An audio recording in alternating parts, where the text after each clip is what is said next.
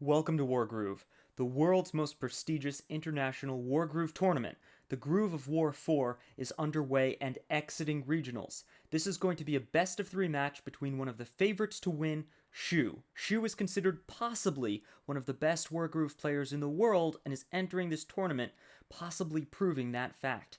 IwillBeaNinj, also known as Aaron, is a newcomer. They're the underdog, but they are an amazing player to watch, a lot of fun. I'm actually a fan of watching them play, because they pull this incredible stuff that you don't see anyone else do. Let's get into the action, and I'll have some help with my co-commentator, Bazik, a Groove of War staff member and another streamer. Now, this was all streamed live on my Twitch channel, what you're about to see, but I recorded it for you and uploading it to YouTube, so let's get started. Crap. The game is starting. We've started. We'll do it after. Yep. Alright, we're good to go. We're live.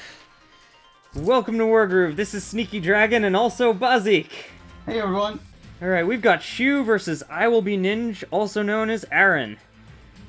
Oh wow, this is super exciting. Alright, I'm a huge IwillBeaNinj fan. That makes us two. I don't know if you guys know this, but IwillBeaNinj has been winning in the most crazy and unpredictable ways. It's like, I don't know, watching like a drunken master of Kung Fu. And they've just won me over. I think Shu is probably the favorite to win this match, but I'm holding out for IwillBeaNinj. We would all like to be surprised, that's for sure. Alright, let's talk about the picks and bans while they're doing the capture phase of this match. So I believe the two maps banned out were Orion Labyrinth and Before the Flood. Not a huge surprise there. Orion Labyrinth is not a map everyone's played on. And Before the Flood was kind of just done. I don't know if Orion Labyrinth was one of the most expected bans, but it's definitely a map that you kind of need practice on, and maybe one of them doesn't feel confident on it. Yeah, that's entirely possible. The commander bans were pretty good, or pretty interesting. We got Caesar right off the bat from Shu, and then Tenri and Vesper. And what was the final ban there? Oh, the final ban was Ragna. Ragna is a favorite pick on this map. So it looks like they banned off everything that could give you a gimmick or a cheese win, and then Ragna, who's the map favorite. Now Shu's playing Koji. Koji is interesting because Koji has some creative options at his disposal. Despite being slow groove, once Koji gets groove, he can use it to summon explodable bombs that block space, are difficult to kill, and can be used to assassinate the enemy commander. Meanwhile, IwillBeaNinj is going for Emmerich. Emmerich is not a commander you see a lot of beginners play in this tournament. Emmerich is really a mechanics-heavy commander. You place this crystal that gives you a defense bonus and gives mages crit. A lot of people underestimate Emmerich, but Emmerich can be pretty powerful in the right hands. Bazik, who do you think is gonna get groove first in this match? Because Emmerich is fast charge, but IwillBeaNinj has been known to do the unexpected. I think it's fairly safe to say that as long as IwillBeaNinj plays a fairly standard opening, he should get a fast groove. I think the better question is, how much longer after that will Shu take to get his groove, since Koji's groove is an extremely strong groove that really changes the way battles are fought around him. So Emmerich definitely needs to take advantage of that window, and how large that window is will actually define most of the game, or at least most of the early game. Yeah, I think you're right. Also, notice that Emmerich did not go for the village heal opening. By choosing to capture that top village with Emmerich, Emmerich won't be able to get a lot of health from it if they choose to heal. At best, they'll be able to get to maybe 57%. Not even, I think 67% if Emmerich heals off that village, or 66%. However, Emmerich went for an aggressive opening trying to take one of Shu's villages early. Unfortunately, this has left Shu completely open to send swords to capture the north corner village, and it doesn't look like Emmerich will get there in time. Shu, on the other hand, has complete control of the villages down in the southern portion of the map, and will be able to heal Koji off this 5 village by going for this heal village opening instead of the aggressive attack village opening. Emmerich chose to deal with this sword by capturing the village with Emmerich and decapping the village with the soldier, but it's like I said before, IwillBeaNinj's unpredictable. As a result of this, Emmerich's groove will be a little bit delayed, as Emmerich is actually walking away from the main front of combat in the north. Meanwhile, we have no idea what Shu is going to do. Yeah, Shu already did a fairly interesting opening, where he made an early mage back in the bottom instead of the more usual mage at the top, which now means that in the next turn, he'll be able to capture both of his south villages. And I think that meant that he only delayed his Koji just slightly. So definitely Shu is showing us some cool tech on this map. Since now he is in a situation where he's threatening both villages on the bottom side, and that will lead to some very, very good groove charge for Koji early on. Yeah, without a doubt, doing this back pike strategy instead of going for the top mage to take one of these villages means Shu will not be delayed on income at all. The only delay is this pike getting to the front. But based on how Shu's been playing, it won't even matter. That pike can go in either direction with the help of a balloon, and Shu can play slow and steady, benefiting from an econ lead. Right now that lead is only 100 gold, because despite Shu showing a superior opening, IwillBeaNinj's unorthodox opening has decapped this village, meaning that the gold is pretty close. Also keep in mind Shu is P1, so far, there really isn't an econ difference yet. It really depends if Emmerich can secure these top villages or not. If Emmerich can, it will be an even game, but if not, Shu will have an advantage going forward. Yes. Also, it's interesting that Emmerich right now is a little bit lonesome at the top, and Shu, understanding that Emmerich is only at 45%, he's just throwing his soldiers in. So he stops IwillBeaNinj from capturing those villages, and that adds up to quite a bit of gold over time, especially since it's 2 villages and not just 1. The thing that I'm noticing most is IwillBeaNinj built a Harpy, and may actually exceed Shu on unit count by spamming swords out of the top racks, which I've never seen anyone do. Realizing the threat of these swords, IwillBeaNinj retreated Emmerich to heal, but that was a little bit late. As a result, Shu will easily be able to capture both of these top villages, taking a very early econ lead against IwillBeaNinj. Also, all these swords put right in Koji's path will give Koji free groove charge and free unit count increase. I bet next turn Koji kills this sword and captures this village with almost no punishment in response. Yes, IwillBeaNinj definitely is creating some strange unit formations. So he is surrounding Koji, but because they're just soldiers and die to 1-hit KOs out of Koji, they don't really present a threat. So it's hard to understand right now the decisions IwillBeaNinj is making. So let's see what his plan is. Yeah, sure enough. Killed this sword, and free recap the village. The only threat against Koji was this Harpy, which is now out of range and can't get close to the village due to this alchemist. Yeah, the Harpy cannot attack the village without getting shot. So IwillBeaNinj will have to back off here. Throwing a mage into a sword put you at a bit of a unit disadvantage because swords attack into mages very cleanly. And Shu is just pike spamming to defend the HQ. Even if Emmerich got over here, he would not be able to break this line of 5 pikes. I think Shu is very cleanly winning this game on both fronts. Shu is a very seasoned player, so this kind of, I don't want to say a bit sloppy, but at least unprepared play is exactly the kind of play that Shu will take advantage and just try to get an early lead out of it. And we're seeing that, right? Shu already has some of his opponent's villages, and it's not like they have been contested or anything.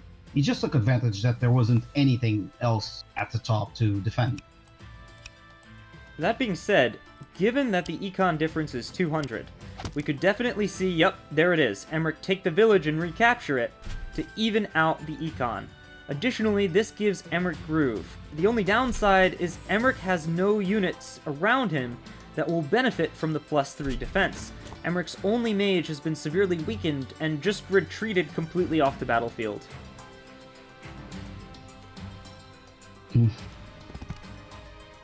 Well, he has a lot of gold this turn, so he can start replenishing his army with higher tech units, which he definitely needs to support his Emmerich play, since Emmerich is one of those commanders that, a bit like Caesar, though quite a bit different, you need units around him to make use of his groove, to make himself stronger.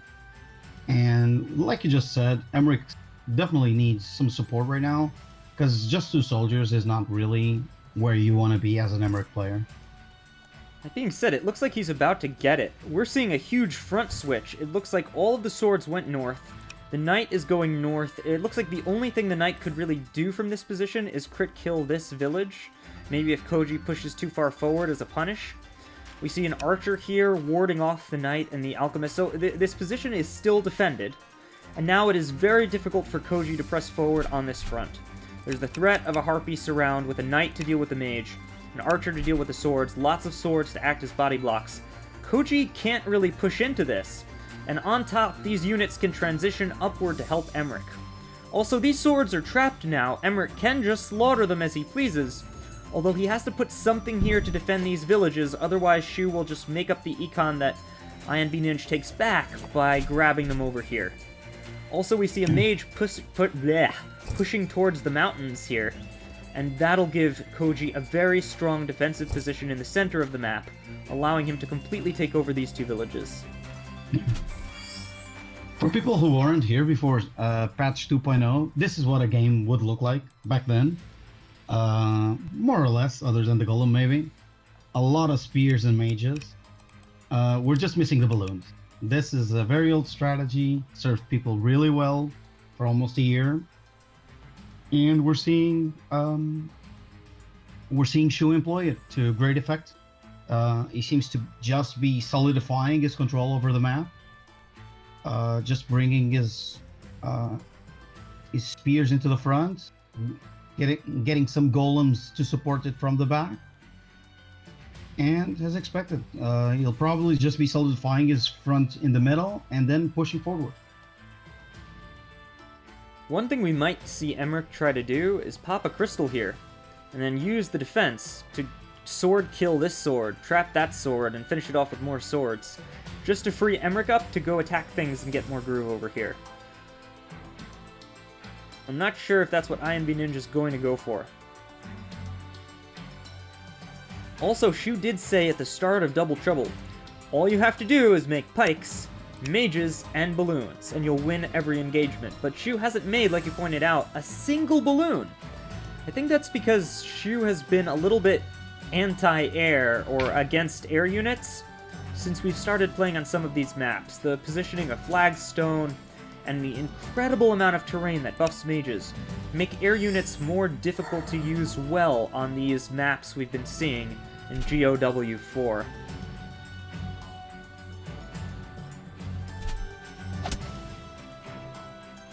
Oh, nice sword crit.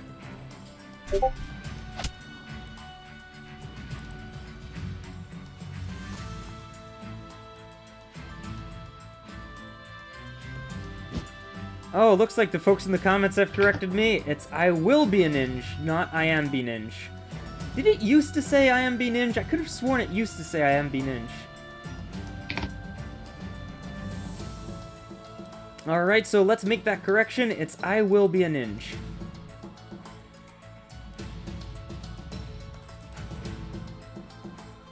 Well, so the match seems to be slowing down quite a bit, but it seems IwillBeaNinj is not content with that, and is starting to push forward, trying to create opportunities to do damage where he can, and he takes a village. I mean, this puts IwillBeaNinj ahead on Econ, 200 above Shu. And even without that, they're also up on unit count. Strictly speaking, just by the scoreboard alone, ignoring the map position, IwillBeaNinj is technically winning right now, which is pretty impressive. I think Shu's next turn is going to start taking advantage of all these vulnerable swords, but who knows? This is what I expect of IwillBeaNinj. Even though it looks a bit weird on its face, the fact is, it's 100 gold up and 2 units up, so let's not discount the man just yet. Heck yeah. Well, it looks like Shu did find a powerful opening in this formation. It's going to be very difficult for IwillBeaNinj to recover from that attack. By punching through the main units and dealing big damage to the archer, it limits IwillBeaNinj's ability to counterattack this formation. Any harpies that go in will be very vulnerable to the mage, so the mage has to die, but there's only one knight. The archer can barely do it, there's only one sword. At best, maybe they could take out 2 of the mages or render 2 of them unable to continue fighting, but then the knight will die to a pike counterattack, Koji can kill off one of the swords, and the remaining alchemist can just heal Koji or kill the harpies. It's gonna be very bloody from here on out. Indeed, indeed. The golems are starting to trickle in. It seems Shu is very happy to just make golems after golems, which is becoming quite the standard. It seems it's happening more and more. People are finding that as long as you can survive till the mid game with a healthy army, you just make your mages early, and then you just start pumping out golems if you're allowed. And Shu is definitely doing that right now. He made golem back to back, and even though they don't affect the match immediately because they need to move to the front, as soon as they do, they definitely change how things need to work around. And I'm struggling to find a solution for IwillBeaNinj right now, so he needs to start thinking about what strategy he needs to employ to deal with it in a couple turns. Problem is, golems don't really have a counter other than themselves. You can kill a golem with a commander, but both teams have one commander. That's not going to change. You can kill a golem with a dragon, maybe over 2 turns, but mages will zone out that dragon. And if you see a golem, you can bet it's going to have some buddy mages, keeping it safe and healthy. You could use a treb, but there's not that easy to make a treb on this map. There's only one spot you can do it, and you have to slowly push it forward along this path. Also, trebs don't exactly counter golems, because a treb can take about half a golem. Well, there's the treb. But the golem can take a whole treb in one shot. So really, you can zone a golem, maybe, with the treb, but not really counter it. I think, honestly, Mass Harpy is a pretty decent way to counter a golem, if you can get rid of its mage buddies, because then you can trap the golem and kill it without taking any counterattack damage, and every attack, those harpies are doing huge gold worth of damage. Indeed, indeed. But, Shu already prepared for that. He already has 3 mages on the board, and I don't know if he's gonna stop making those mages. He seems to be liking them a lot.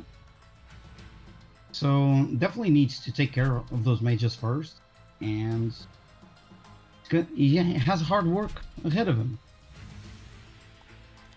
I think IwillBeaNinj very well defended against Shu's attack here. They retreated and have this sort of crescent formation so that if Shu goes in, Shu will just get slaughtered by these massive numbers of units. They have alchemists for big damage and healing knights to deal with the mages. That golem is too far away to contribute. The Koji could just die. So we're probably not going to see much of an advance. At best, Shu can attack this village from the side, maybe take it. But in the north, Shu is dominant, because IwillBeaNinj moved their entire army south.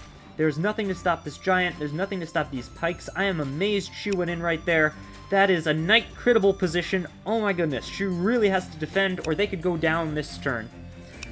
Yeah, that's 1 knight crit.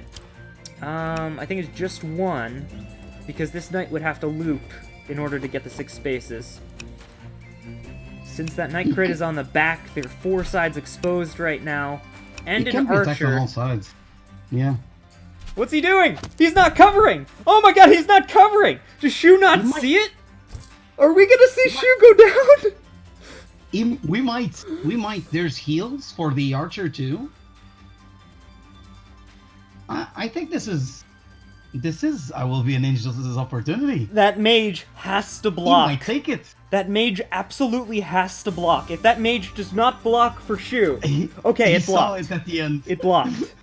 But still, Okay. there is still a potential lethal on the board. I don't know what the roll is, but it's there. This mage can be killed because this knight does not have to participate in the lethal. And given that the knight will do enough damage to the mage to kill it, and there's archer support just in case, this knight can... There's nothing to put behind it, though, right? Yeah, there is. The bottom knight can crit Koji from behind, and the archer can finish it off. So top knight takes mage, bottom knight crits Koji from the left. You could get a harpy on the bottom. That's... Alright, so 45 plus we got 20, so we're at 65 just from that. We've got a mage on top for 25-25. And How much- another RP, maybe? No, mage. No, we do mage. Mage, knight, crit, harpy, archer, assuming that this mage goes down to the knight. That's a total of 50, 95 plus 20, 115 plus, like, 3?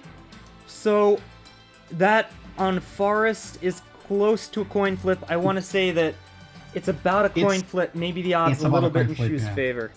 It's about a coin flip. No, it's better, because mages can be used to heal the alchemist. We can get at least one archer, mage hit.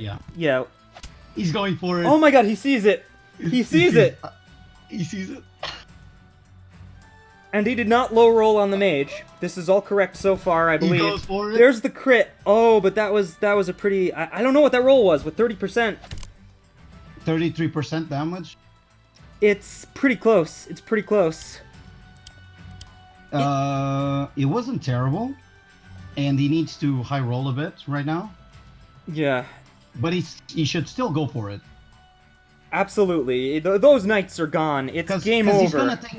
Because he's gonna take more and more damage as his life goes down, because the defense added by the forest will go down as time goes on. Can Emmerich get the crystal in position for the mages to crit?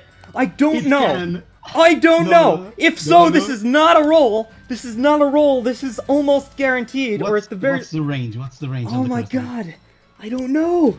I'm checking on the codex. Yeah, I'm checking. It's 3 squares out of the crystal, so we can put below the forest on the top. So 1, 2, 1, 3. 2, 3, 4, 1, 1, 2, 3. It won't make it. It doesn't make it. It won't make it. Oh, that would have been so cool. The archer can crit. I didn't realize this, but the archer can crit.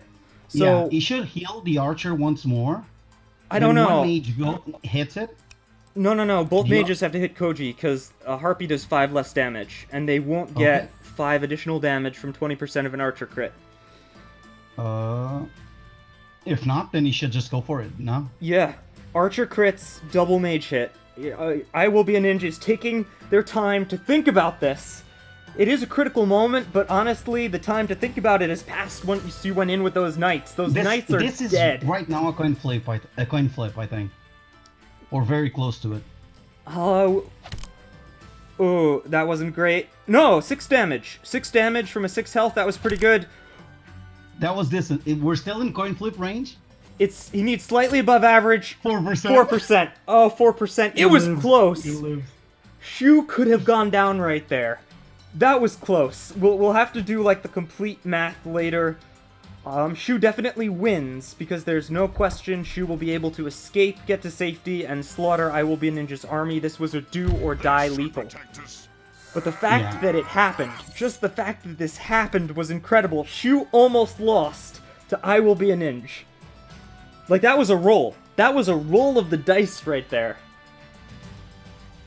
Oh, wow. That was incredible. This is why I'm a fan of this player! That was amazing! IwillBeaNinj almost took it. You almost lethal Shu! Like, dang! Oh, I'm still getting over it. I'm still getting over it. If Emmerich had been, like, 1 square closer, that would have been game. Like, literally, 1 square closer, the crystal could have caused a mage crit. Oh, wow. He would have been very over if the crystal could have been accessible. Literally one space. If Emmerich was one space closer, that would have been game. That would have been unquestioned game right there. Yeah. And he's now out of there with quite a lot of HP, so... Yeah, like, just heals. No way to kill him now. It's not gonna happen. Yeah. And do not forget the cost. Because you just lost 2 knights, and I don't think it's over. Or is it? It's over. It's actually over. I think it's pretty over. Notice that Shu spent all of his gold healing Koji to max, even though it was not necessary in this scenario. IwillBeaNinj scared the living crap out of Shu right there. Oh yeah, you can bet that heart's pumping right now. Oh yeah. Oh wow. That was amazing! Because if Shu doesn't put the mage on that back, on the left side, I think he's dead there, because that's a mage that's left to heal the archer, and the knight goes in. So that mage was probably Shu noticing. Wait, I might die here. Oh, it was definitely Shu noticing. And he sends the mage in, and he wins the coin flip. That was insane. It's also worth noting, if that mage was not there, Shu would be dead. Shu would just be dead. A non-critting knight would do 5 extra damage, and there would be another mage heal on the archer for another 2. No, he was completely dead if the mage hadn't gone there at the end. Oh, wow. Oh, that was something to see. That was something to see. Alright, we still got a match going on. Let's check the economy. Shu is ahead 300 gold and a bunch of units from that last play. However, it is Aaron's turn. Aaron is trying to climb back on the income lead, and since some of that unit count is villages, Aaron is still not doing that bad on unit count. Just keep in mind, most of their units are swords. And Shu has giants and pikes and knights, oh my, and Koji bombs about to come out. This Emerald Groove is not going to do a lot. They can only really go in on this pike. And if this giant punches through, it can just take out the crystal. I think it's an interesting defensive position here, but it just does not address the north at all. Shu is going to take the north, get a huge economy lead, and very, very carefully this time press forward. Really, what IwillBeaNinj should do right now is probably try to move a little bit more quickly, because if Shu gets economy and time, Shu will unquestionably win the game. But maybe they're still looking, still trying to get that awesome lethal on Shu. Very careful positioning with knights, trying to crit key spots. I don't know. That stronghold is really vulnerable right now. There's an incoming, I think, 40 damage on it. How much does a giant do to a stronghold? Because we've definitely got Koji Bomb suicide potential. We've got Knight in range. Though the Knight can be removed by the critting Treb, so we're probably not going to see Shu go for that. Now, if anything, Shu's gonna... Say again? Golem on headquarters is 47.5 average.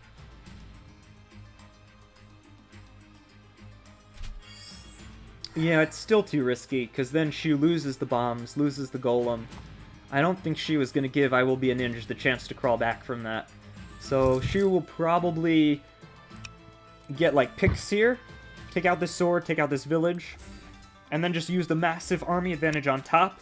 Crit this, kill that, take everything here. Knight crits this, sword moves to take it, but can't take it now.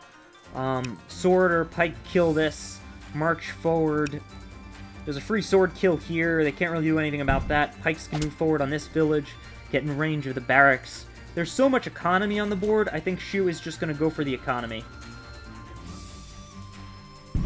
I'm tougher than you Shu think. has a massive advantage on the north side, so he's probably going to just capitalize on it and just grab everything and just choke IwillBeaNinj out of the game. I'm just laughing at this position right here. Shu has surrounded their commander with a village, a giant, and 2 Koji bombs. It does not get any safer than this. I can tell you, Shu does not want to lose this game. And he almost did. I know. It's like just the extra measures here. You are not killing my commander. I will not let it happen. Good shot, but now you have to actually beat me on the map to get at me. That's what she was saying. Alright. Open on one side. That's definitely not a kill, though. Oh yeah. No longer living on the edge. Nope, nope, he closed it. He put a pike there.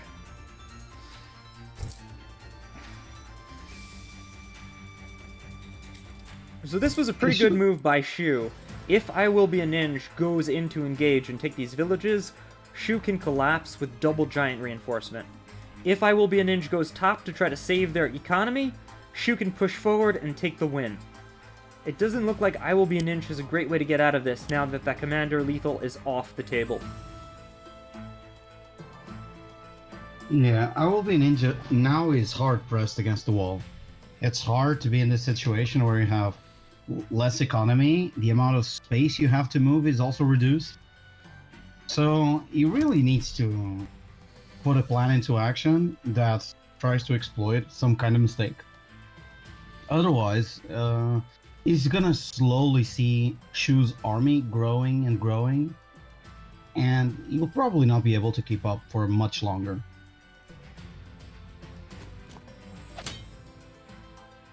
Like, well, that was a IwillBeaNinj good going hit. in. Yeah. Yeah. IwillBeaNinj going in. I don't think that was the right call, though. Maybe they're hoping Shu will make a mistake, but like 30% of a giant is probably about worth the alchemist you're going to lose to that play. The Treb position, Emmerich, all of this is designed to be very threatening and maybe get a kill on Koji. However, without any witches to kill these bombs, just a weakened archer and a handful of mages that are honestly about to die, these Koji bombs are damn near immortal. Unfortunately, that means Shu can create any formation that Shu wishes, and IwillBeaNinj has almost no hope of punching through.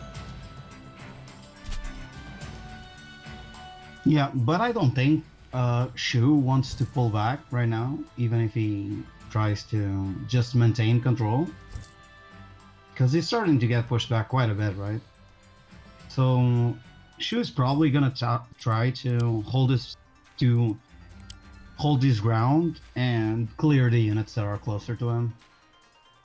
Though now that the trebuchet is there, he definitely needs to do something, or the trebuchet is gonna start picking stuff off every single turn. It's definitely true. I'm liking this Treb play more and more. With Emmerich standing in front of it and a village to its north, there is almost nothing that can get at the Treb.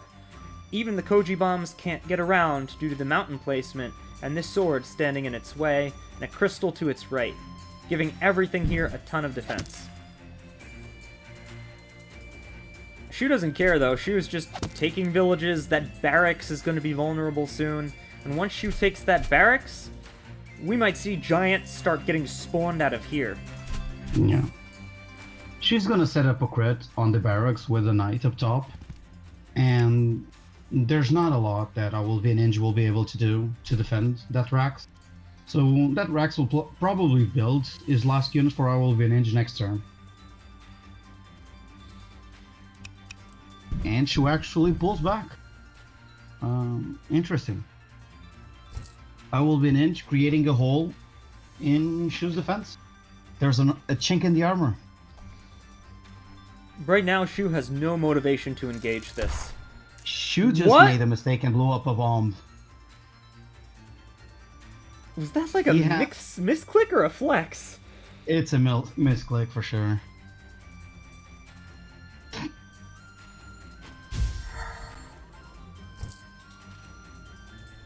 This game is nuts, man. Yeah. Sometimes it happens when you're using enter to press stuff very fast. Your mouse will go over one of the options when the context menu opens, and you'll blow it up by mistake. And I think blowing up the unit is actually the first option in the context menu. So if you try to move the bomb the same way you move every other unit, it will just blow up. So that was almost for sure what happened.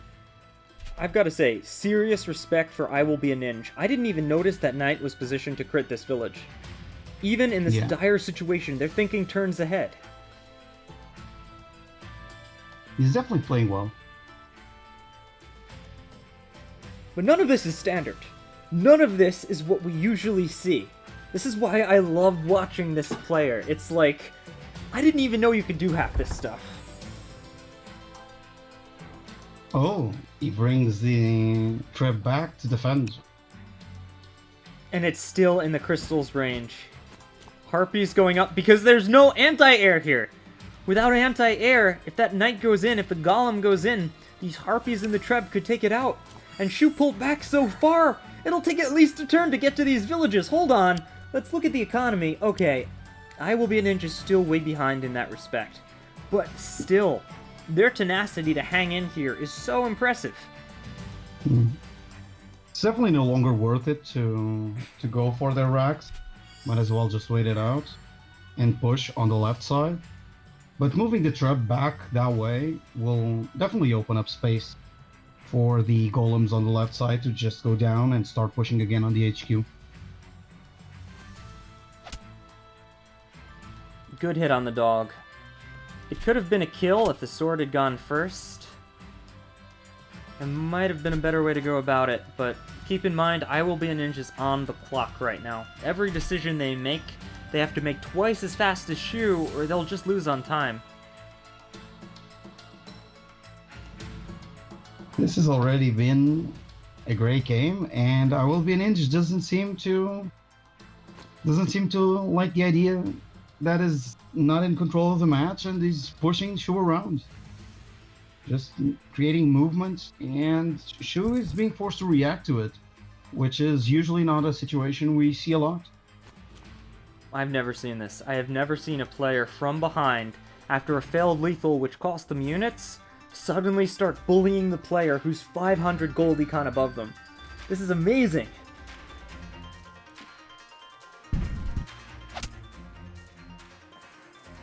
And Shu goes back in. The trebuchet is no longer there. I think that Giant is in Knight crit range, but Koji is not. The Giant would have to be removed for the Knight to get a crit on Koji, and it doesn't look possible.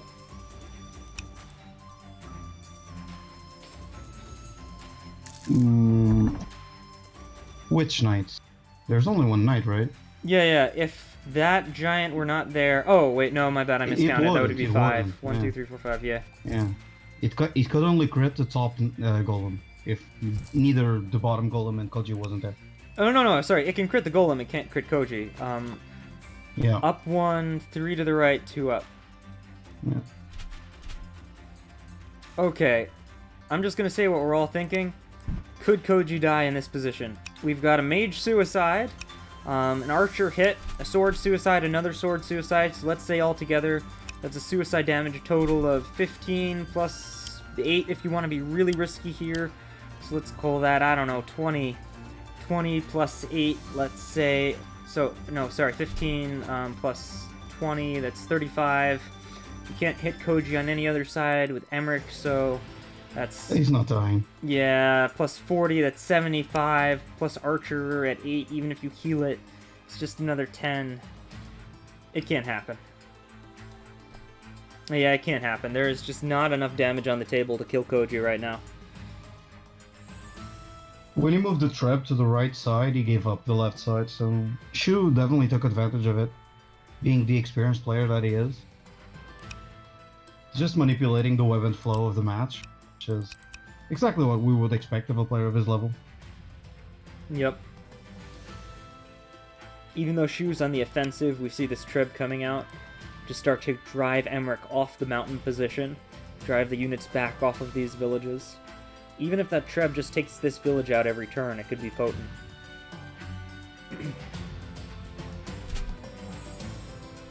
The Witch is a very good build because that Hex can go off every turn. Shu is so far ahead, we could see non-stop Hexes. And we see another mage he hits on the golem on that forest. Unfortunately, that's a really bad tactic right now, because a single mage heal could heal both golems efficiently. Considering the cost of a golem and the value you get back, 300 gold will overheal the golems for what 300 gold is worth, and a 400 gold mage is going to go down to try to kill them. Whoa!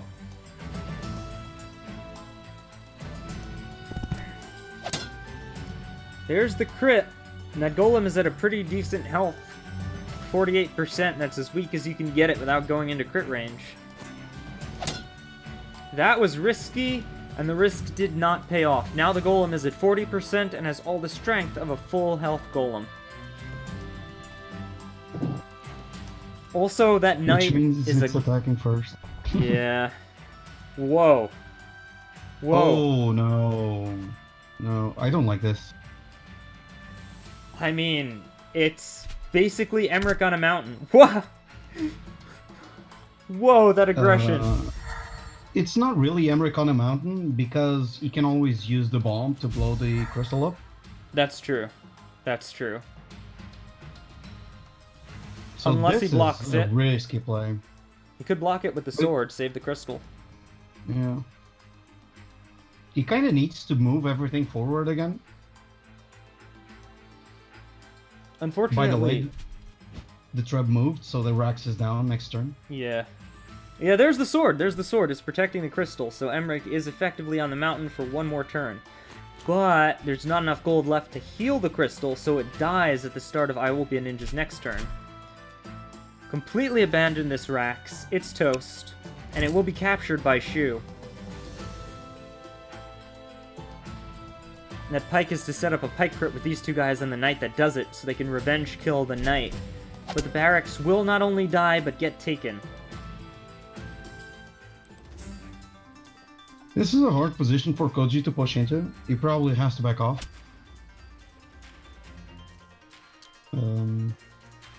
Unless he can find a lethal in the middle of all that. Though I don't think that will happen. Yeah, I mean, you could use the golems to stomp through the knight and the archer, but that's about it. You could have Koji kill the sword. It doesn't really matter. Like, however you go about this, you're not killing Emmerich today. Yeah, he's just pulling back, which makes sense.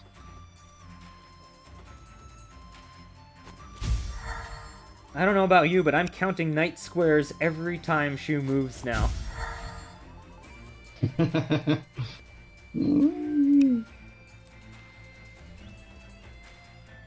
We could see a Treb crit randomly on this village at the top of the mountains. One of the things that I'm really enjoying out of IwillBeaNinj is the army composition. He really has a good setup of unit. Like, it has 3 mages, an archer, a knight, a trebuchet, and the commander, and an RP. So... I'm sorry, really how many has a good mages? setup. How many mages did you say? Five mages. I'm sorry. He has a lot of mages. A lot of mages. But it's because of that complex unit composition that has been able to survive all this long, right? Because this is a very hard situation to be in. For sure. I think it really came down to that opening. IwillBeaNinj just did not know how to open safely on this map, and Shu took full advantage of that. But once they got their foot in the door, we saw that amazing Drunken Master playstyle, just pushing Shu back despite having a smaller army, almost killing Shu, taking names, defending against 2 armies with 1. IwillBeaNinj played an amazing game. I think that's indisputable. I would say he's playing an amazing game yet, still. I still expect him to do quite some more plays, because Shu doesn't seem to want to win by killing either the commander or the HQ. He's just content to control his opponent and making sure he doesn't allow IwillBeaNinj to take advantages, but IwillBeaNinj isn't cool with that. He's really been showing that he can't really be controlled like that. Every time Shu moves forward, he just repositions, takes a some more advantages, and usually Shu has been the one backing off, even though that's not what we would expect out of the player with the highest economy and the highest unit count army, the most expensive army. IwillBeaNinj has really been making those units really be worth their weight in gold. And going Harpy into village there was a crazy move. Who else would make that play when you're this far behind? Damaging one of your few units left, but they're still going for economy. Even in this part of the game, they refuse to let Shu have that economy win, and are trying to claw their way back. Despite the clock, it doesn't matter. Despite the bigger army or Shu having one of their barracks, IwillBeaNinj just does not give up. And until this mage gets here, this Harpy can perma-decap this barracks.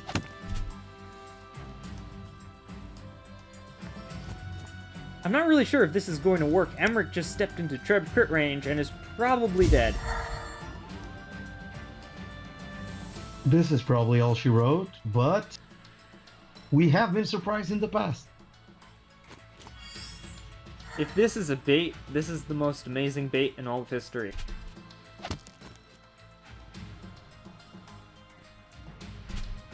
But this is not a bait. Yeah, this is not a bait. He's very dead. There's a bomb, there's a treb, there's a hex, there's 2 golems. Like this is not even close.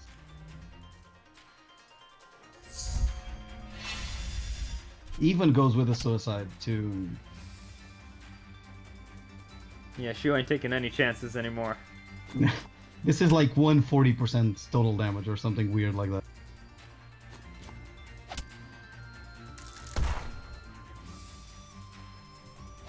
Yep. Good He's game. gonna leave a lot of damage on the table. Good game. Incredible Really. game. Really fun. And as expected, he still had the CO to attack, which is a good 40% extra damage. Oh yeah, and a golem after that, it was over. But still, oh wow. That was very fun. Great game, guys. That was amazing. I was worried we were overhyping IwillBeaNinj. I don't think we hyped them enough. That was incredible. He actually almost took it. I was very impressed. That was a coin flip. Like, this match was decided on a coin flip. Oh yeah. We gotta figure out the exact numbers later. Well, great game. So I do not have access to the chat. Can you see what folks are saying? Give me a second. Lots of GGs. Master of Matt says, whoa, free Emmerich. Time Key said he can't meet Shield Treb because Shu's treble nuke it. Burke Will said too much push. CMA did the math, basically a coin flip. That's probably answering your earlier question. Yeah, it seemed like a coin flip. Timeskey is asking for more games. I don't know if they're going to play the other games today. I'm not sure. IwillBeaNinj was feeling a bit under the weather, so he wasn't sure if he could play more games, but if he can, I'm sure we'll stream it. Wait. This is how they play while under the weather? This was amazing. Oh, wow. Well, that's what I saw. Alright, so we've given a lot of credit and hype to IwillBeaNinj, but we also have to give mad props to Shu. Because, I mean, Shu did win this, Shu did dominate for most of the early game, and after that early mistake had a very safe closeout. I think we've got to give mad respect to the experienced and very veteran player Shu is. Yeah, I don't know what else to say. Shu's play was generally solid. Okay, they're gonna play another game now. Whoa. So, more fun in action. Oh, wow, we get another one. Alright, I'm gonna do this right this time so that we hide the the thing. Not that I accidentally exposed it last time. That didn't happen. Okay, I'm just gonna randomly use this. Yeah, this thumbnail for one of my videos. This is the only PNG I had on hand. I'll cover it. That way we won't expose the room code again. Not that that happened. Not that I'm saying that happened. That totally didn't happen. How are you doing it? How are you doing it this time? Oh yeah, with an image. That's exactly. Yeah, I took your advice on that one. Yeah. Now, what you can do is actually prepare a full image for the breaks that occupies the whole screen, and you can just replace it every time. Oh, that's a good idea. Yeah. The pro teaching me all these streaming tricks. I don't know. I'm barely a YouTuber, let alone a streamer. I don't know nothing. Oh, room code already. How fast are they moving? All right, we've got bands. We've got bands already. Okay, Sedge, Wolfar, Caesar. Same map bands, by the way, and same map pick. Wolfar. And Vesper. Shoe band Caesar and Vesper. IwillBeaNinj band Sedge and Wolfar. Ragna's opened. Ragna is totally opened.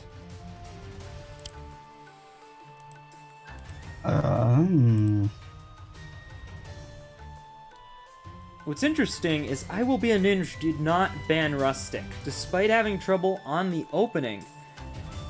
They were totally willing to play on Rustic again.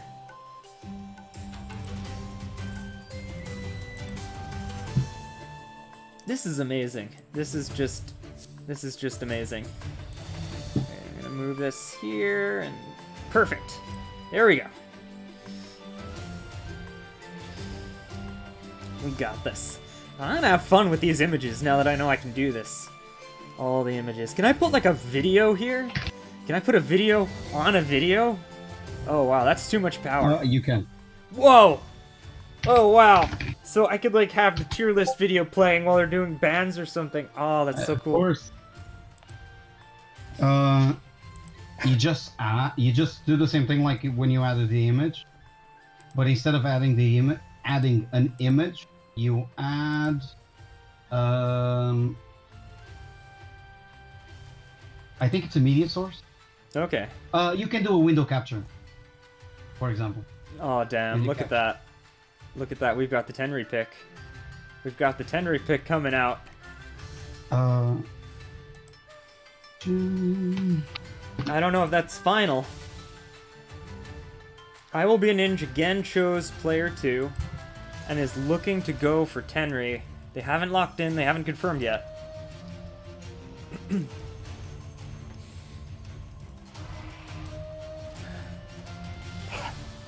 So this is a risky pick for IwillBeaNinj because they did not get Groove Charge very quickly last game. They didn't open very quickly last game. The opening was their main Achilles heel here. If Tenry does not get Groove Charge, he might as well be merciful. Which is true for most commanders, I'll say, but these slow chargers definitely suffer from that quite a lot, where if you don't get into the mid to late stages of the game, having them, it becomes a liability, no matter how strong the groove actually is.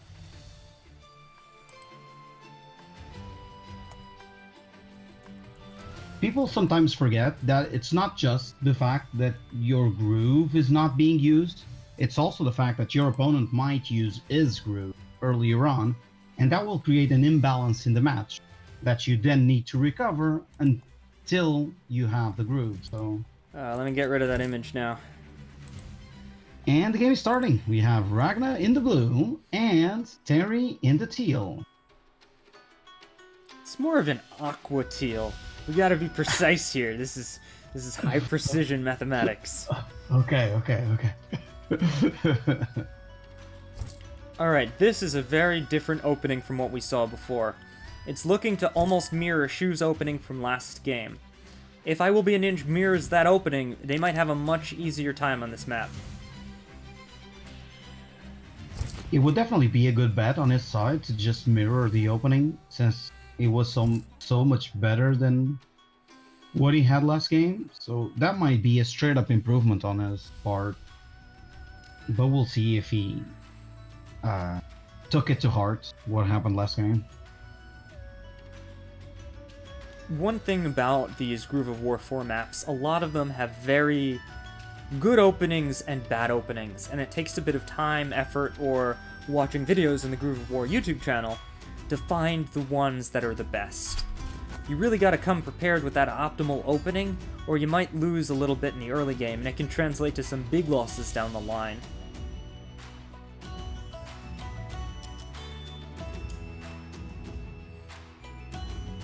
IwillBeaNinj is taking some time on this first turn. Probably trying to remember what happened. Yeah, like that cap, for example, the sword is really supposed to go on the bottom left of that village, so it can take the next village immediately after. Because it went to the top of the village, it won't be able to reach. It's just one of those things about this map.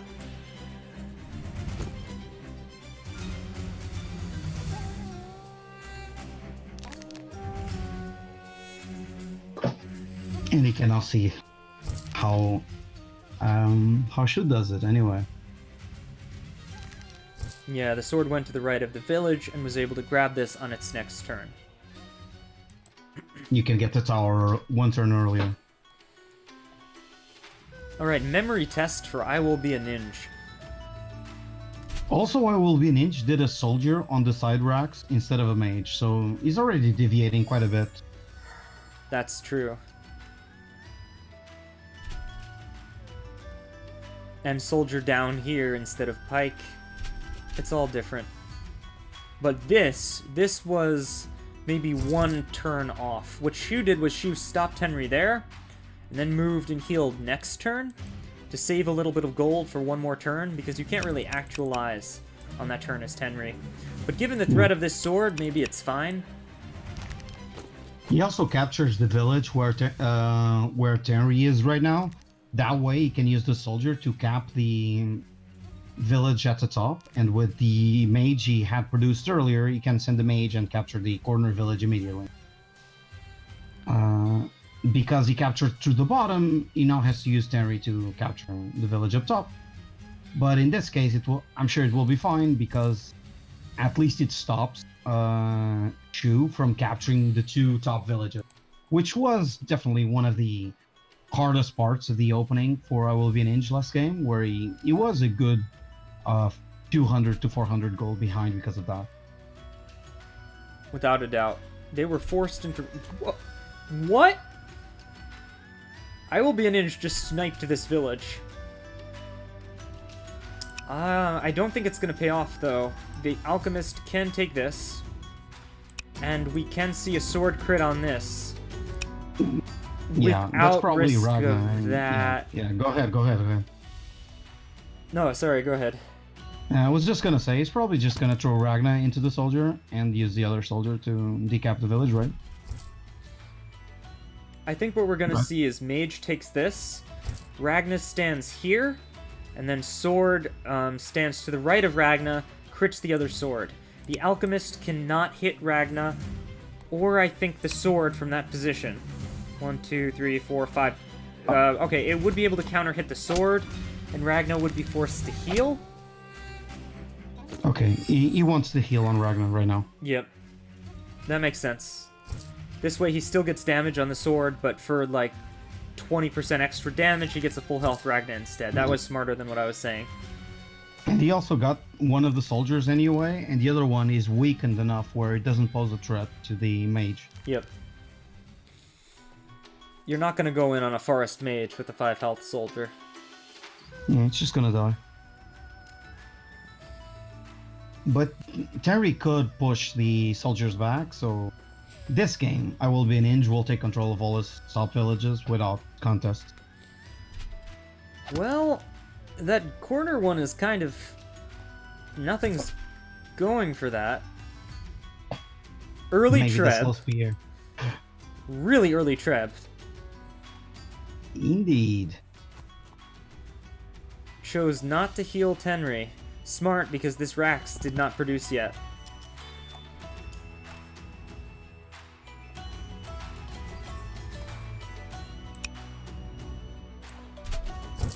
IwillBeaNinj, definitely a fan of the trebuchet. Oh yeah. But when you're playing Tenri, a treb is par for the course. You can't not make one.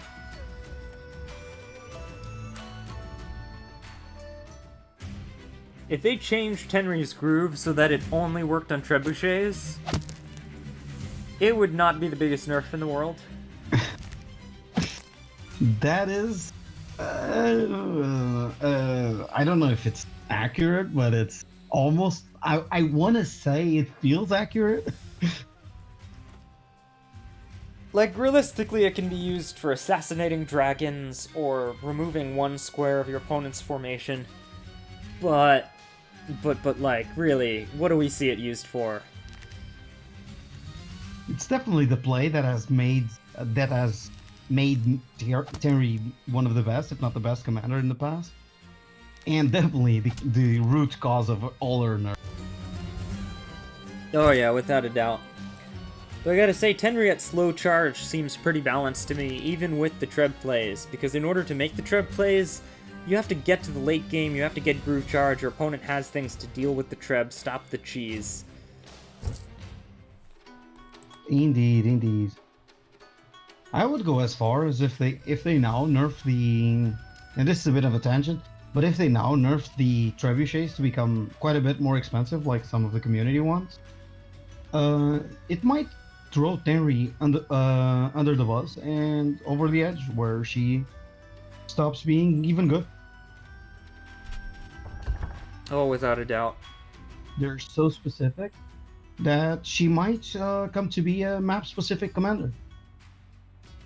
She almost already is, in a sense. I put Tenri down in, like, C tier or something, because, like, she's slow, and there are people who can do what she does way better. Like, for most purposes, Wolfar is a better Tenri. Nuru is absolutely a better Tenri. Oh yeah, Nuru is 10 times the quality of Tenri right now. Though rumors have been circulating that Nuru is next on the nerf list. Oh, yeah. What am I Oh, yeah. doing, though? We've got a match here. So that knight can crit Ragna. It shouldn't, but it can. It chose not to. Instead, it's in position to counter crit whatever attacks the mage. I'm not sure about this. Shu's playing a very different game. Instead of Pike Mage, we're seeing Pike Knight. Shu's pouring down the knights, being very aggressive. And I don't see any pikes on IwillBeaNinj side. Okay, they just built one here, and they built a harpy, so the answer to the knights is coming, but is it coming too late? Shu might be interested in closing out the game faster. I'm not sure if it's about closing out the game. I think the knights are specifically designed for the trebuchet. Because think about it, knights do huge damage to trebuchets, and their excellent movement lets them get to them. Building early knights prevents that trebuchet from getting into a good position. Also, knights can go north or south when you build them on this map, so it lets Shu change fronts very quickly if needed. Interesting place for the knight. The knight could have been one square behind it, and it would protect from the crits onto the other knight.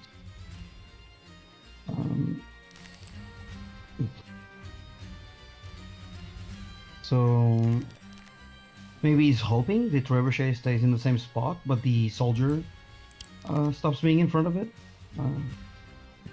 Hoping for a mistake. I'd like to point out IwillBeaNinj is up on income, and apparently has been. However, Shu has been putting huge unit count pressure on IwillBeaNinj by taking those early swords. And without those swords, defending this stronghold against these knight threats is going to be very big. 1, 2, 3, 4, 5, 6. There's a knight crit threatened on the back of the stronghold, and this knight is threatening anything put on this square of the stronghold. I'd say the knights aren't really in position yet, but Ragna plus knight could theoretically outright kill a stronghold. This has to be defended. No question.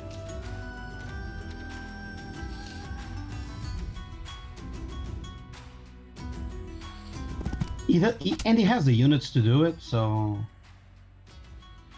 we are expecting good results out of it. Okay. Well, this might seem like a fairly decent value. I actually don't really like this play. Because now he's gonna use the knight to cripple the other knight, even though it's not a crit. And just use Ragna to fill up our groove, which will be immediately full groove. And he is forced to move the trebuchet into range, so it protects it. Yeah, I think IwillBeaNinj is not winning these trades. Because even if that did huge damage to the knight, it doesn't matter. Ragna can attack a knight and regen all the damage the counterattack does. Finish it off, move forward. That's one more unit down. IwillBeaNinj is already down on units, and they're going to lose a knight now. Knowing Shu is perfectly happy just having a 2-health knight run around. Oh yeah. Just keeping that unit count high. And eventually it will get healed, because heals will eventually be part of the game, and as long as the units don't actually die, you can just start including them in the incidental heals that you'll eventually start doing later in the game. Plus Shu has been saving a ton of econ. Like, look at that, 1,700 gold. Even though IwillBeaNinj is up on economy slightly, Shu has money to spend.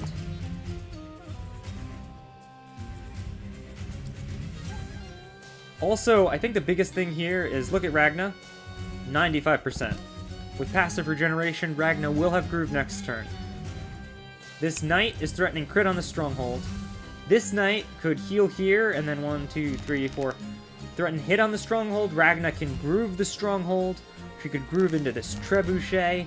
Tenri is only at 35% groove. It's not happening. And taking advantage of the fact that IwillBeaNinj must once again retreat their full army down to defend, Shu is just pike spamming on top. It's the same thing we saw last game. Pike, pike, pike, and there's nothing up here to answer to these pikes. They can just pick off villages and retake the economy. Against such heavy pike spam, you really need to make units that can reach the headquarters fast. To take advantage of the fact that the knights take some time to reinforce, but after they are deployed, it's definitely very, very hard to displace them. They do a lot of damage and they have very good defensive stats too. So now that they're out, he definitely needs to create some kind of defensive formation that can deal with it. I've got to say, just based on this board, I think IwillBeaNinj has unfortunately already lost. The reason we haven't seen them do any crazy strategies is because Shu is just not letting it happen. Their very standard opening unfortunately involved throwing away a lot of units to Ragna. Tenri came down instead of doing the same thing up here, and that was just enough to put Shu into an almost unbeatable position. This is free economy for Shu, and will once again push into this Rax. This whole formation here can collapse under Ragna Groove. Even if Tenri had Groove, it would not be enough, because Ragna Groove is so much more valuable in this situation.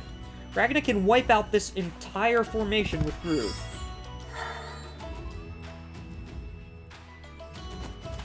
I think the worst part is, Ragna doesn't even need to.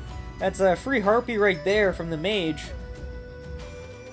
Knight hit on this. Ragna can just smack the pike. Alk hit takes this sword. That Treb isn't really defending much of anything. It could kill the Alchemist, maybe? And then is there counter kill on Ragna? Hold on, let's see. 1, 2, 3, 4, 5. Nope. There's no counter kill on Ragna. There's 2 knights hitting at neutral. You'd have to roll pretty high to make that happen. Maybe a pike suicide. Not a lot happening here. Probably just getting the RP, getting the soldier up top, retreating a bit, consolidating his stuff. Ooh, that was a good treb position. A very good treb position. Unfortunately, that treb is probably dead, but... Yeah, I was thinking about that. I don't dislike just grooving in the middle of all that stuff now. Because he can kill most of that stuff, right? He just needs to decap the village. And suddenly, most of his units can go through and just start smacking stuff around. we're probably going to see a groove to the north. Then sword takes village. Alk takes sword. Knight goes through, hits Treb. Bottom Alk takes Harpy and ignores the bottom Knight and Pike. Yeah, because he can't go into the forest, right? Decides to go to the left of the forest. Interesting. Ooh, I would have used the mage for that. Now what decaps this? I guess the mage can decap this, but then the mage is there instead of there. I don't know. One mage needs to decap the village, right? Ah, I used the 2 health knight for it. Clever Yeah. shoe, clever shoe. Makes sense, makes sense. Now RP down, and and this trebuchet is as good as done. Yep. Big win. Big win here. This was a huge swing, which is exactly what we expect out of a Ragnar groove. Though I gotta say, I'm staring at this unit count. IwillBeaNinj is not that behind on unit count, and they're still 100 gold up. Incredibly. Okay, that changed things. Yeah, He's now that 3 changed units things. now. 4 units now. And 4 units, when you have something like 10 units on the board, it's a huge jump. Plus, we have to... Unfortunately, in the wrong direction. Yep. This sword is useless. That pike is useless. Tenri is surrounded. This Treb is dead. This sword is dead. Honestly, we're crediting 4 more unit count than really exists here, so... Yeah. It's about a 10 drop. It's one of the things that I would definitely change, is the unit count on the overview should not include structure. Because it really makes it seem like the armies are not that different. And the main reason is because structures actually account for something like half the army in this case. So those 4 units, a difference actually are like double the actual value that we see on the overview, right? So we see 30 to 25, but that should be something like 15 to 10, which has quite a little bit more weight, I would say. Yeah, on the one hand, I think you're right. On the other hand, I've thought about this a lot, and there are situations where you could use capping a village to give you a defender that counts as a unit. So it's kind of weird, because the border villages between your armies are sort of units, but the villages in the back that aren't doing anything aren't really. Yeah.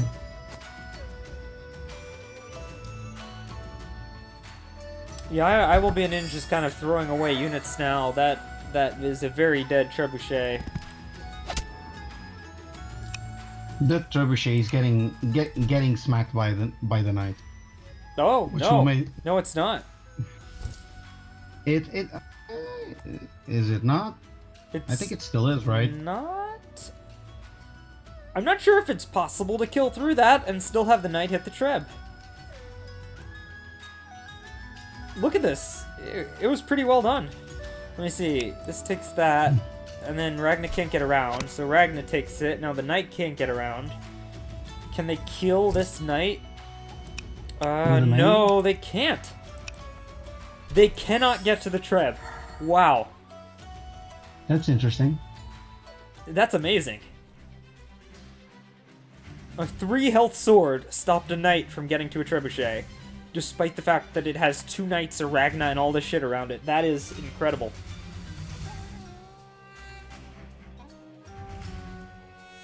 Well, he can still get the spear. He can still get the soldier.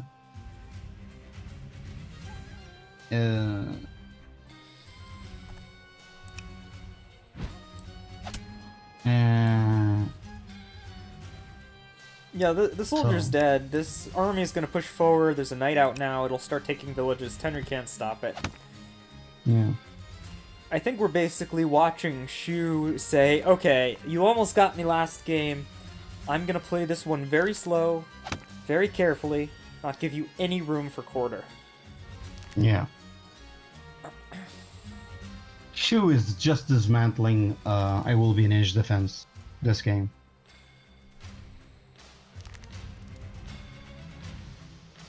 Also, IwillBeaNinj no longer has his units concentrated in one spot, so he's definitely having a harder time to actually assemble those offensive structures that in the previous game forced Shu back, right?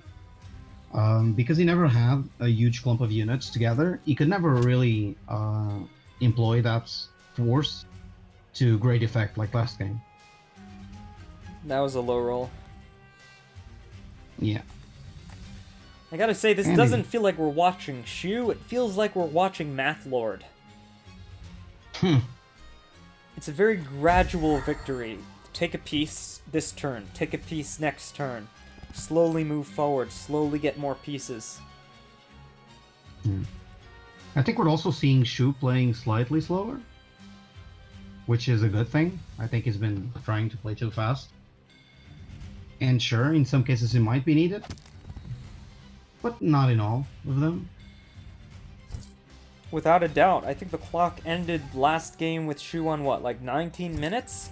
Considering how many turns there were and how many plays that happened, Shu is taking basically half the time, or twice the time, to take their turns. Like, another thing to note, IwillBeaNinj and Shu are almost even on time, whereas last game, IwillBeaNinj had half the time lock as Shu. So yeah, relatively speaking, Shu is taking twice as long on their turns. Being very deliberate, very careful. Yeah. Is Tenri dead? Tenri looks dead to me. I don't know, Is he does though? Is she Tenri though? look dead to you? Tenri looks very dead to me. Really? She doesn't look that to me. Rule number one, good sir. Remember, when you're playing against, well, I guess... I know there's a dragon. Calm down. Are there night crits? 3? Yeah, there's a night crit. There's 1 night crit. Oh, But- there's a night suicide on the board. Yeah. So he needs to clear a mage. Yeah, this unit doesn't matter, but he needs to clear a mage and that sword. The mage clear is guaranteed. What has to happen is that sword has got to be replaced with the knight. I think that's the only way to save this. It was not replaced. It's over. Shu wins.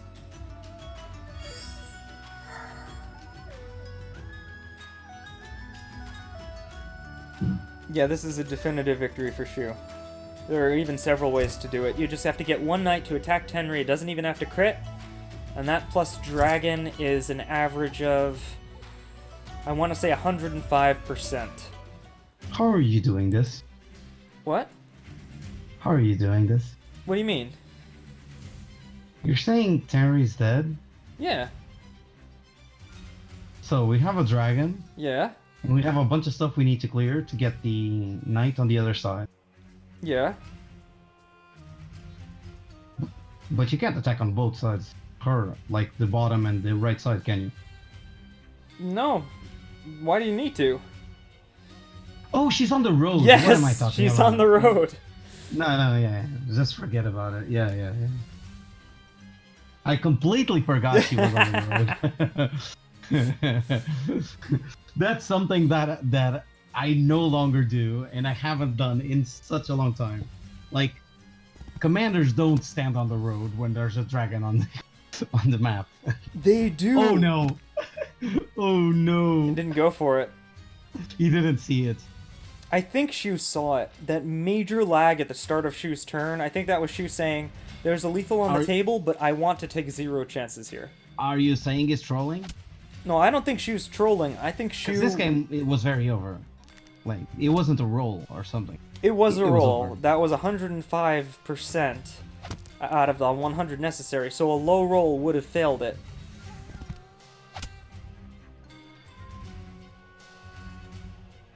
I'm pretty sure Shu saw it.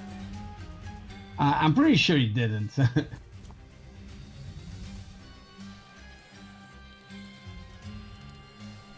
Like 105 isn't like really a bad coin flip. Like it's more like throwing a 20-sided die and needing to get one out of 17 numbers or something like that. You have a really high chance of getting it. So he almost for sure he didn't see it. Like, the minimum roll there was 95%. Leaving Tenri with 5% health. That was the minimum possibility. Yeah, but what was the maximum? Like what, 110, 115? Actually, was that the minimum? I forgot they changed crits. Hold on. Yeah, so 40 double to 80 plus or minus, so it would be 75. 75 plus 25. Oh no, I'm sorry. The minimum was death. It could not have failed. Yeah, he was dead. Like, he didn't see it. Either that or we're both missing how a knight could have broken through. I'm pretty sure a knight could have broken through. Maybe I was wrong, but... If a knight was able to break through... what are you talking about? The Ragnar could reach the archer. Yeah. It was done. Yeah, I forgot they changed crits, so there's less variability now. Yeah. Ragnar could reach the archer, and then the knight could just crit Terry, and the dragon would finish her off. Yep. Minimum roll of 100%. That was game.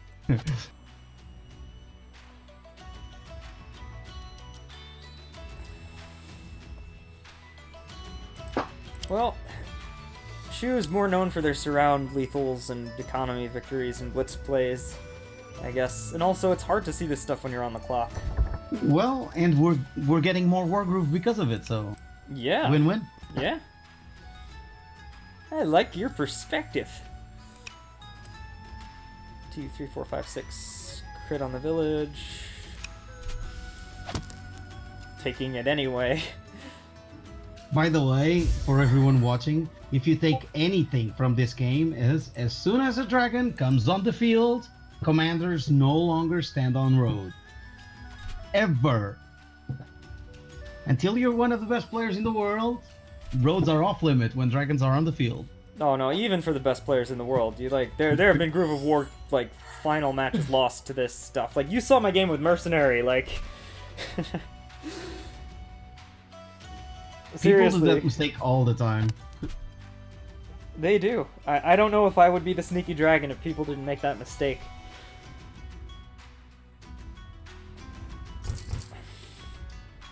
You would still be our sneaky dragon. Don't worry about that. Ah, thanks. And it seems like IwillBeaNinj is getting into his formations that he likes so much. This is almost a recreation of last game. It's pretty spot on, and due to the flagstone, the dragon can't hit that Rax. I don't believe this is a road village, so the dragon can't one-shot it. We're just going to see a continued slow advance from Shu, slowly taking economy, slowly pushing IwillBeaNinj off this Rax. It's pretty straightforward, but I'm interested to see, now that Ragna has burned Groove and Tenri almost has it, if IwillBeaNinj can pull off another surprise lethal on Shu. We can only hope. Oh, Shu's going in. Oh, no. Shu should not go in. Ragna needs to back the hell off. I think it just went for the easy money, right? He's just getting value. I don't believe Ragnar is staying there. I kind of want you to prove me wrong. But I don't think he's staying. Yeah, he's not staying there. Alright, the only thing Tenri can hit in order to get Groove on the next turn is that village. And hitting that village is a little bit risky. We've got a knight, a dog, a golem, a Ragna, heals, lots of stuff. IwillBeaNinj really will have to commit to this push if they want to try to chase down and kill Ragna, and I just don't think it's gonna happen. Also, another good advice for everyone watching, if you're gonna play passive, don't play slow grooves, because this is what will happen. 80% at turn 12. This game could have been over already. And that's essentially like playing Merciful. So, if you're gonna play passive, play grooves that are either fast or at most medium. I think another piece of advice is don't play passive. If you let your opponent hit you, they will. They will gladly hit you. Like, this is one of those things where Shu just took a few units, but just those few units getting taken exposed this stronghold to possible death. And instead of sending a few units down and double raxing it, IwillBeaNinj moved their entire army down and exposed all of their income to Shu's army. They needed to keep some stuff here and just use the bare minimum to defend, and they needed to not suicide the swords early.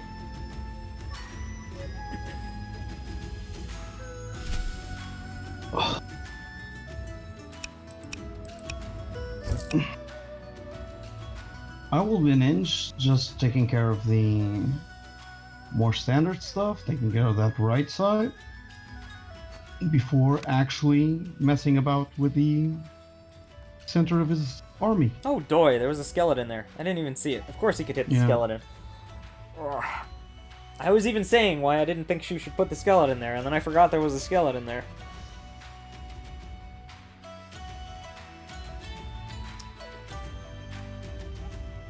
Alright, well, with that groove on the table, Ragna is not likely to get anywhere near Tenri. Say again? Is it just me, guys, or have we lost Sneaky? What? I'm still here. Hold on. Did we disconnect? I can still hear you. Can you still hear me? Could folks in the chat post that there's some kind of muting shenanigans going on? I don't know what's going on. Hello? Whoa. We lost Bazik. Hey, can you hear me? I'm back. Alright. Ooh, had me worried for a sec there. Yeah, it was a Discord call. Discord's doing pretty good under the pressure, I'll give them that, but it has been a little choppy lately. A little bit spotty. How dare you not be able to handle the entire world's population using you, Discord. Psh.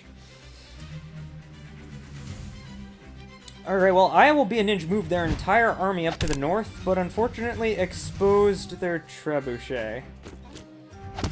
That's especially bad because if Shu can take that Rax out, it will be literally impossible for IwillBeaNinj to make another one. Oh, the moment when I was fixing Discord, you lost the trebuchet. Was it just forgotten? Was it exposed? What happened? So doing that will cost Shu their dragon, but Shu is probably confident it was worth it, because now Tenri's groove is next to dirt. We weren't kidding before when we were saying Tenri's groove has moved Treb. There's not a hell of a lot that can be done in this situation. Maybe you could position a knight for crit or something, but I don't think Shu is going to give them that chance. I would say that right now, probably the highest value he's going to get out of his Tenri groove is just placing a mage on the mountain to kill the dragon. Well, you don't need it, that's the thing. Like, you could attack the dragon from the right and then the bottom. And hold groove. It will only cost you like 100 or 2 gold. And then you'll have gone even on the trade. But I think IwillBeaNinj really wants to hold the Tenri groove because it's the only way they win this right now. Like, taking a look at this board, Shu has double their income, double their active unit count, if not more. Other than a Tenri groove lethal scenario, I don't see a win on the table.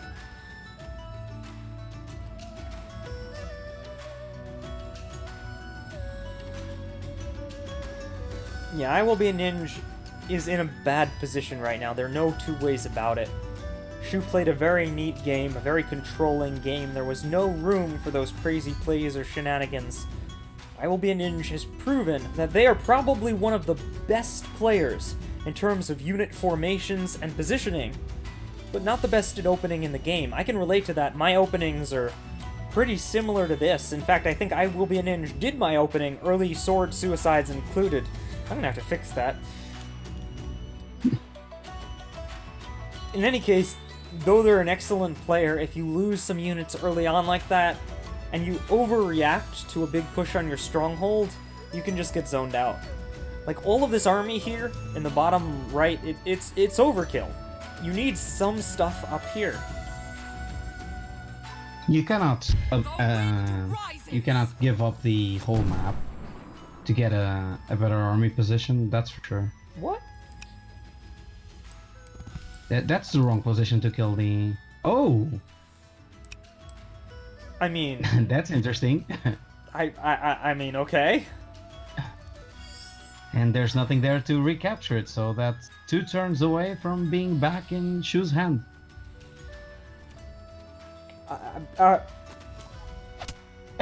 You're flabbergasted? Yes. Also, that was incorrect. They should have attacked from the right first, because this means the dragon counterattack hits mage on road, which still does big damage to mage. They should have moved the pike on the right first, hit the dragon on the right, and then hit it on the bottom, so that there was no counterattack from the road side.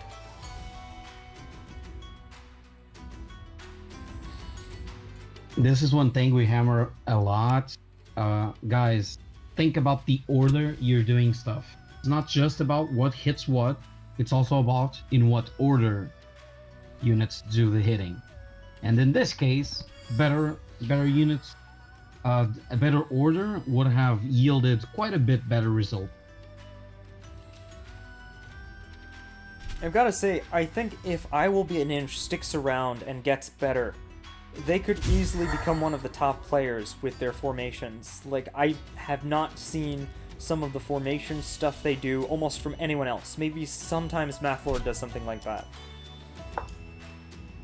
He's definitely been hanging into the games in positions where I think most players would definitely have lost already.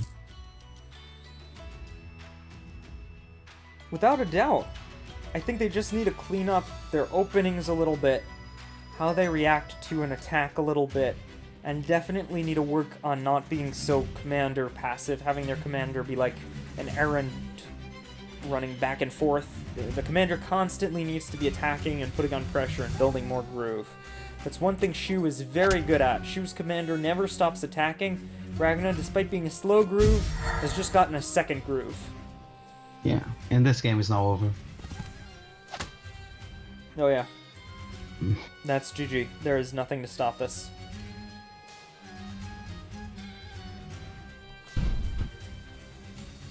There is nothing that can block the left or, I believe, the bottom of that stronghold right now. The giant and Ragnar definitively get a hit. Yeah. That stronghold is very, very dead. Groove isn't even necessary. The game is over.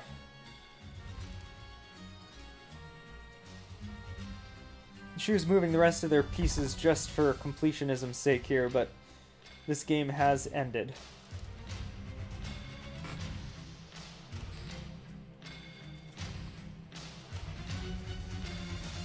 But the decapping of the racks was an interesting play.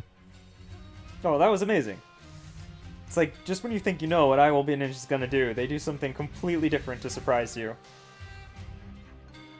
It's like they were saying, alright, I'm not gonna win this, you took my racks, but I'm sure as hell gonna take yours. Indeed. Indeed. By the way, this was a good primer on how to play Rustic. Rustic by Shu. Very solid play, no shenanigans, no tricks. Just a staple opener into a late game win. Really good match. Definitely solid. Well, I'll say this for IwillBeaNinj, they do not go down without a fight. Some players would surrender here. IwillBeaNinj is just going full on attack, trying to reclaim as much as possible. The game is definitely over, but... Well, these are his last moments in the tournament, so let him enjoy it. Hell yeah.